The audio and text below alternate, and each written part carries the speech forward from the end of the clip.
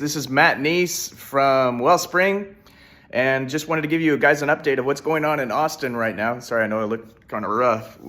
Yesterday, we had a team of around 20 people drive down to the state capitol and participate in 10 days of worship and prayer in the Capitol building. And man, when we got there, there was already a bunch of people there that have been there every single day. We just went for one day. We were asked to come and facilitate 4 hours of prayer and worship in the Capitol building. And it's during the 10 days of awe, the Jewish holidays, that start with the Feast of Trumpets. And then there's the Feast of Trumpets, and then there's a 7-day period. And then there's it's going to wrap up with the Day of Atonement.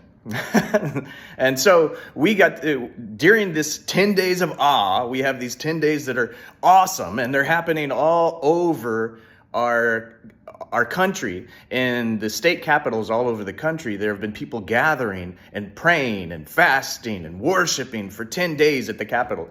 And here in Texas, we were blessed with the opportunity to actually be inside the Capitol building.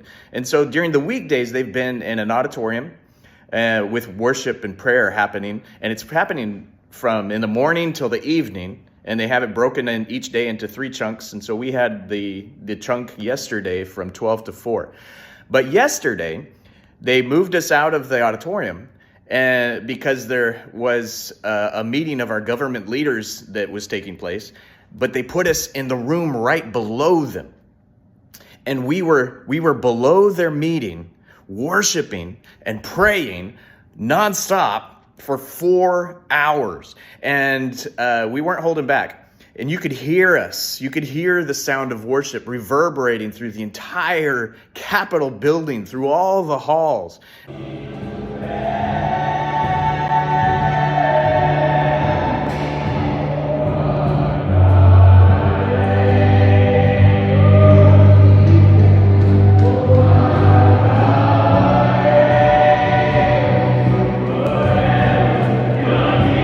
But it was so powerful because we were put down on the foundation and we were praying and worshiping up. And you know that we make a sweet fragrance, but we also, prayer matters. Prayer has matter. And prayer it's like a substance that soaks into the floor and the walls and the atmosphere. And we took authority over all that space. And also tied to what's happened, of course, with Charlie Kirk. You can't ignore this amazing thing that God is taking, what the enemy intended for evil, that God is turning it for good. And when his wife stood up and released forgiveness at the memorial, I believe that's a big part of what he's also doing. And we were releasing forgiveness and freedom in the Capitol building.